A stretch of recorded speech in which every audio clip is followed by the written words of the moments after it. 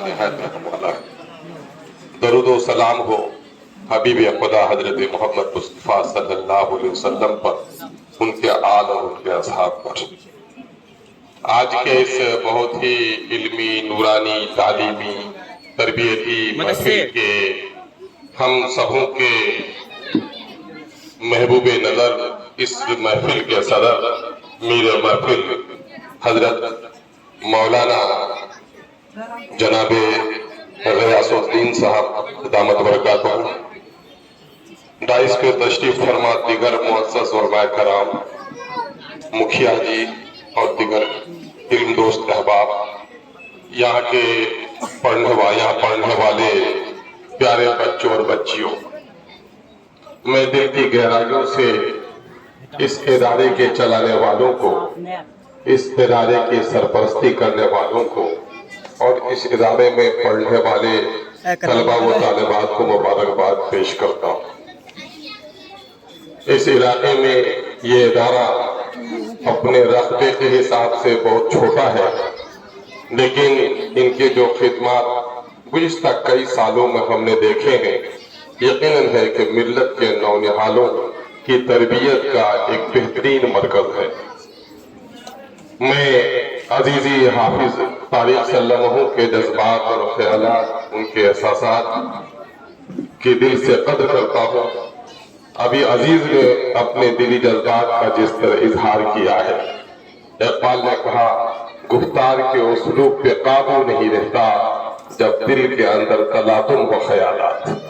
यकीनन है कि उनके अंदर में जो जज्बात हैं, हर चंद के अजीज इस वक्त दूसरी खिदमत से भी वाबस्ता है, लेकिन उसके बावजूद भी जब भी उनसे मिलना होता है, मुलाकात होती है, बात होती है, एक ही दर्द, ये इदारा कैसे आगे बढ़ेगा, बच्चों के लिए हॉस्टल कब कायम होगा, हमको इदारे के लिए एफिलिएशंस कैसे मिलेंगे।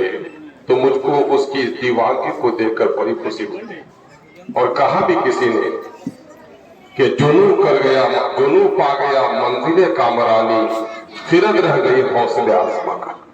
जब तक पागलपन नहीं होता है किसी काम से, उस काम में कामयाबी नहीं मिलती है। दीनी तालीमी तहरीक की बुनियाद चाहे मौलाना कासिम नानवी रहमतुल्लाह अलैह का हो, चाहे अल्लामा शिबली हजरत मोहम्मद अली मुंगेरी उनके रफ़ा का हो, या सर सैयद अली रामा का हो, वक्त और माशरे के लोगों ने उन लोगों को दीवाना और पागल कहा। और आज उन पागलों की बदौलत ही इल्म का जो शम्मा हमारे दरमियान में रोशन है, अगर उसमें इन इदारों को आप नजरअंदाज कर दें तो पूरी कौम तारीकी में भटकने वाली कौम। इस वक्त सरकारी मदरसों और स्कूलों की क्या हालत है, उससे आप सब बखूबी वाकिफ हैं। मैं उसके बारे में कुछ ख्याल करके किसी का दिल रंजीदा नहीं करना चाहता। इस इलाके को मैं सबसे पहले जाना तो मदरसा तंजीम या पारा ईदगाह की निस्बत से जाना बचपन में। एक मेयारी इदारा आज कहाँ बैलगाड़ी से सफर हवाई जहाज का हो गया है। इदारे कहां से कहां चले, लेकिन मेरा वो इदारा जिसको देखकर आज दिल फट रहा है, अभी कुछ सुना है, कुछ रोशन तब्दीली आई है, अल्लाह करे बेहतर हो जाए। ये जितने भी स्कूल आपके इर्द गिर्द हैं, ये नीतीश जी या मोदी जी के खानदान के पैसों से नहीं चलते, किसी नेता के पिताजी के पैसे से नहीं चलता, एमएलए और एमपी के अब्बाजान के पैसे से नहीं चलता। ये आपके गाढ़े खून और पसीने की कमाई है जिससे इदारे चल रहे हैं। लेकिन उन इदारों की क्या हालत है, सुधार की कोशिश हो रही है, आप भी तवज्जो दीजिए। लेकिन इस वक्त प्राइवेट एजुकेशन, ये जो प्राइवेट स्कूल्स हैं, इसमें बच्चों का नस्ल और ज़ब्त और तालीम और तरबियत बेहतर हो रही है। मैं कल 3 स्कूल के प्रोग्राम में रहा, 2 सरकारी स्कूलों के प्रोग्राम में रहा, जहां मुश्किल से गांव के 100 लोग जमा हो सके। लेकिन एक प्राइवेट स्कूल के प्रोग्राम में गया जहां तकरीबन 4 से 5 हजार लोग देखे। प्राइवेट स्कूल वाले ये कोशिश करते हैं कि हमने अच्छी तालीम न दी तो मेरे इदारे में बच्चों का एडमिशन नहीं होगा। और सरकारी स्कूलों का मामला ये है कि कोई एडमिशन ले व न ले, पढ़े व न पढ़े, मेरी तनख्वाह तो मिलनी ही है। तो इसके लिए समाज को उठना पड़ेगा। मुल्क के हालात बड़े पुरखत रहते हैं। इस मुल्क में जहां चाहते थे आप चटाई बिछा दे, तौलिया बिछा देते, नमाज पढ़ लेते।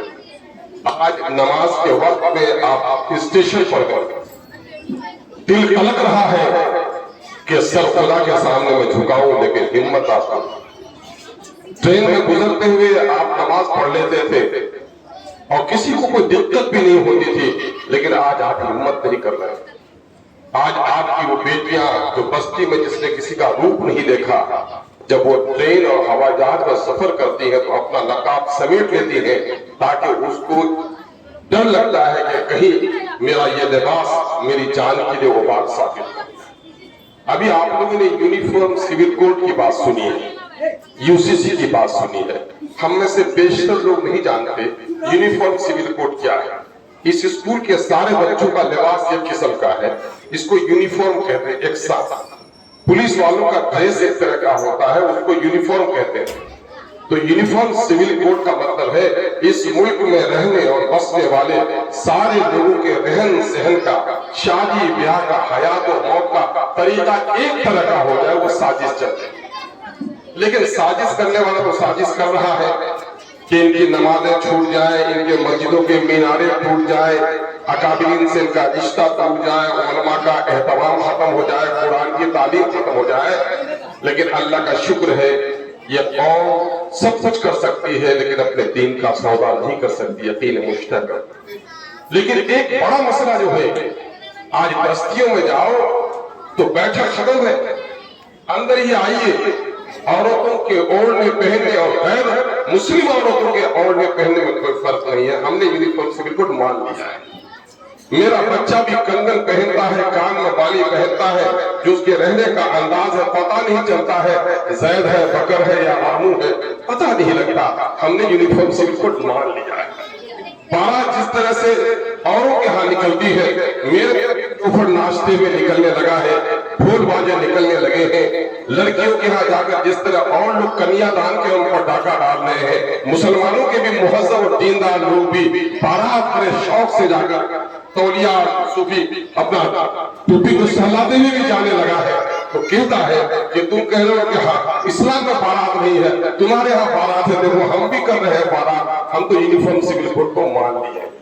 बेटियों के पर्दे सरों से उनके भी गायब, हमारे भी गायब। हमने यूनिफॉर्म सिविल कोड मान लिया।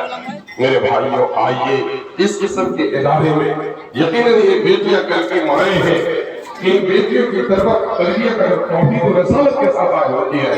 यकीनन आक्रोश को फलने